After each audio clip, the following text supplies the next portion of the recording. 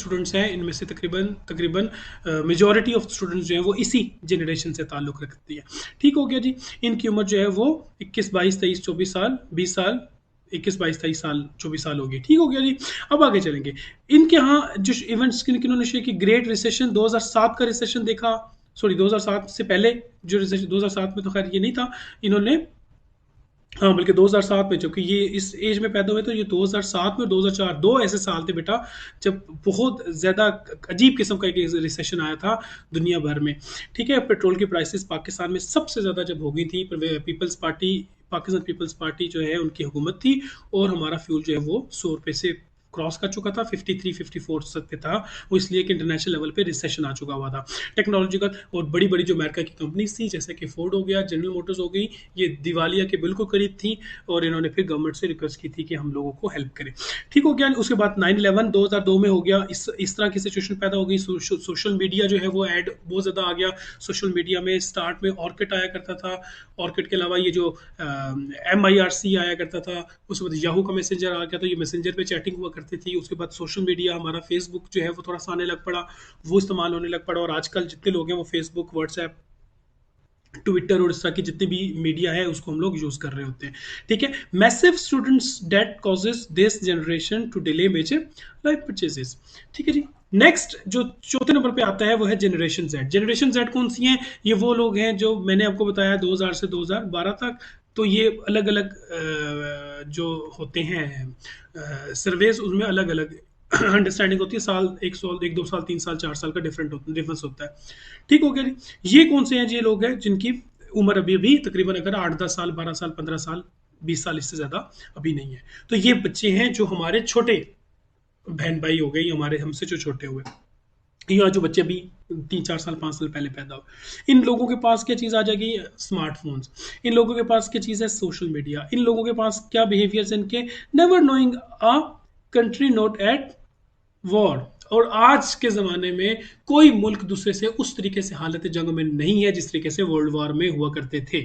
ठीक है, अभी भी थोड़ी बहुत झड़पें हो रही होती हैं लेकिन वो उस तरीके की जंग नहीं है। तो इन लोगों को नहीं मालूम कि जंग क्या होती है, वॉर क्या होती है, वॉर के बाद इकोनॉमिकल किस तरह की सिचुएशंस पैदा होती है, ये हम लोग पढ़ रहे हैं। साइकोलॉजिकल क्या इन लोगों के ऊपर आ सकता है। फिर क्या आ जाता है बच्चों?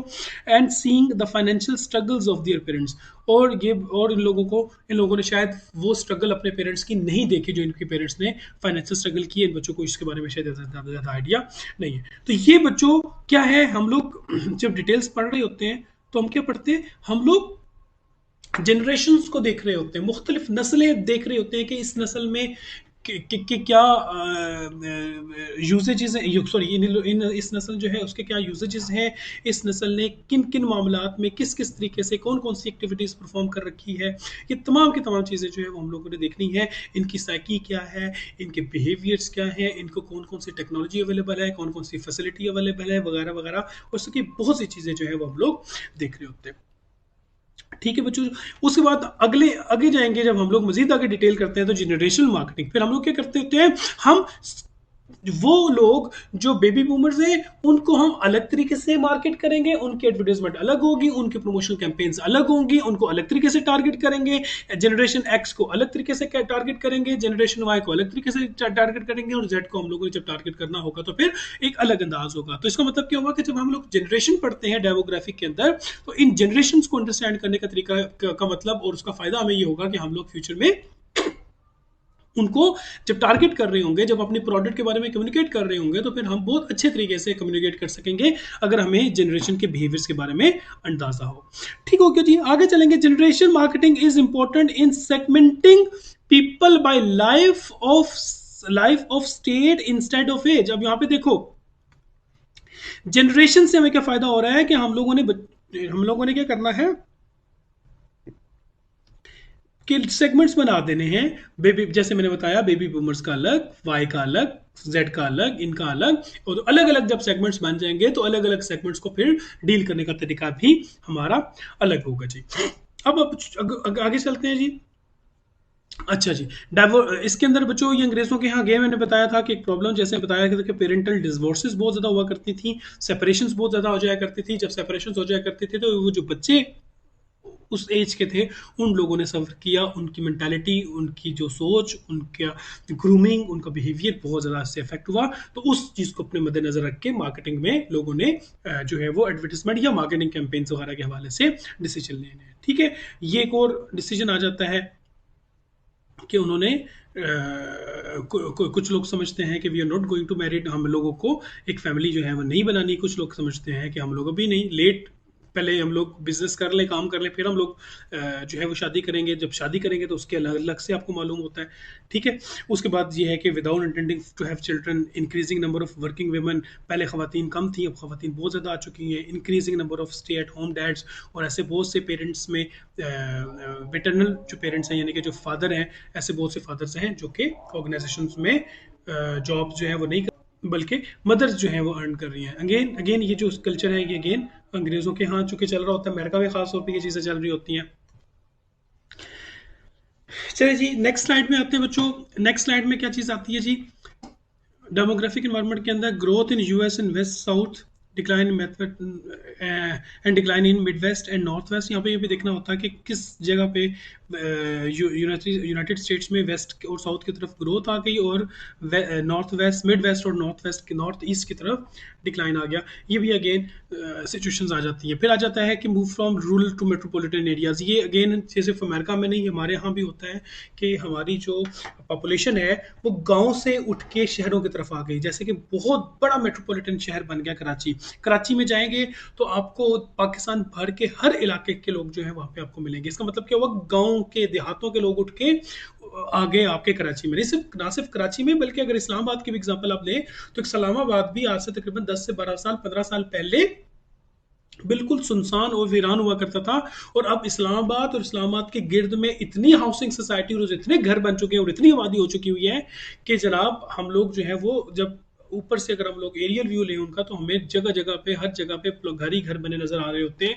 इसका मतलब यह है कि वो जो गांव वाला में लोग रहते होते थे, जो रूरल एरिया में रहते थे, अब वो शिफ्ट करके शहरी इलाकों की तरफ जो है वो कूच कर रहे हैं, माइग्रेट कर रहे हैं, बिकॉज ऑफ द रीजंस। बहुत सी रीजंस इसकी हैं। ठीक है जी, change in weather people work, और ये चीज़ बड़ी इंपॉर्टेंट हो गई है कि किस तरीके से लोग जो है वो काम कर रहे हैं। आजकल टेली कम्युनिकेशन बहुत ज़्यादा इस्तेमाल होती है काम करने के हवाले से। लोग अपने घरों के अंदर बैठ के, ऐसे बहुत से लोग हैं जो अपने घरों के अंदर बैठ के सिर्फ और सिर्फ थ्रू ऑन टेलीफोन ऑर्डर्स लेके चीज़ें डिलीवर कर रहे होते हैं। ना सिर्फ खाने पीने की चीज़ें बल्कि और भी दूसरी चीज़ें। ठीक है, जैसे दराज.pk एक एग्जाम्पल है। इसके अलावा टेलीमॉल एक और इदारा है, टेलीमॉल, जो क्या करता होता है, सिर्फ इनके पास कोई स्टोर नहीं है, सिर्फ और सिर्फ इनके ऑनलाइन स्टोर्स हैं। आपने ऑर्डर देना होता है टेलीफोन पे और आपका ऑर्डर आपके घर पे पहुंच जाता है। ठीक है, होम ऑफिस, बहुत से ऐसे लोग हैं जिन्होंने अपने घर को ऑफिस बना रखा है। ठीक है जी, और अपने घर के अंदर बैठ के ऑनलाइन काम कर रहे होते हैं या ऑनलाइन काम नहीं भी कर रहे होते। जैसे मैंने जब बताया कि ये टेलीकम्युनिकेटिंग होती है मोबाइल के जरिए जब हम लोग कम्युनिकेट करते होते हैं, या आजकल इसके अलावा टेलीकम्युनिकेशन के अलावा जो हमारे पास इंटरनेट की जो दूसरी हमारे पास सर्विसेज हैं, उनको जब हम लोग इस्तेमाल करते हैं तो हम लोग अपने कस्टमर से कम्युनिकेट कर रहे हैं। और कम्युनिकेट करने में हमें कोई बहुत बड़ी कोई दुकान या स्टोर की हमें ज़रूरत नहीं है। हम अपने घर में बैठ के या किसी जगह पे भी बैठ के कम्युनिकेट कर सकते हैं। फिर आगे क्या आएगा जी, डेमोग्राफिक एनवायरनमेंट के अंदर एक और चीज़ें चेंज हो गई हैं। वर्क फोर्स के अंदर चेंजेस आ गई हैं। वर्क फोर्स का मतलब होता है एम्प्लॉयज़, वर्क का मतलब होता है काम, और फोर्स का मतलब होता है काम करने वाली फौज। तो काम करने वाली फौज कौन होती है बच्चों, एम्प्लॉयज़। ठीक हो गया। अब क्या है, पहले से कम एजुकेटेड लोग काम कर रहे होते थे। किसी जमाने में बच्चों होता ही था ना कि अगर आपने किसी ने बीए कर लिया, किसी ने बीएससी कर लिया, तो समझते थे कि ये बहुत बड़ी डिग्री है। एमए एमएससी कर लिया तो बहुत बड़ी डिग्री है। तो अब हमारे पास एमफिल आ चुकी हुई है, अब हमारे पास पीएचडी आ चुकी हुई है। इसके अलावा हमारे पास मजीद डिग्रियां जो है वो आ चुकी हैं। तो चूंकि इतनी ज़्यादा एजुकेशन हमारे पास आ चुकी हैं, तो बहुत ज़्यादा एजुकेटेड लोग जो है वो हमारे पास अब ऑर्गेनाइजेशन में जॉब कर रहे हैं। और बहुत ज़्यादा एजुकेटेड जॉब करने के साथ साथ no more white collar jobs, white collar जो जॉब्स हैं, जो छोटे लेवल के और बड़े लेवल के, दोनों लेवल्स के। ठीक है, व्हाइट कॉलर होता है वो लोग जो जरा एग्जेक्टिव लेवल की, जो ऊंचे लेवल की जो जॉब्स होती हैं, उसमें भी जो लोग हैं वो ज्यादा काम करने लग पड़े हैं। ठीक है जी, आगे चलेंगे जी। नेक्स्ट आएगा demographic environment, increase diversity. Diversity जैसे मैंने बताया कि चेंज हो गई, तो मार्केट्स जो है वो डाइवर्स हो रही है। मार्केट्स मुराद पहले नेशनल मार्केट्स होती थी, लोकल मार्केट से नेशनल मार्केट्स बनी, उसके बाद इंटरनेशनल मार्केट्स बनी। इंटरनेशनल मार्केट्स का मतलब क्या होता है कि आप अपने मुल्क में डील नहीं कर रहे हो, बल्कि आप दूसरे ममालिक में जाके अपनी प्रोडक्ट्स को प्रमोट करके वहाँ पे भी चीज़ें सेल कर रहे हो। इसको हम लोग कहते हैं इंटरनेशनल मार्केट।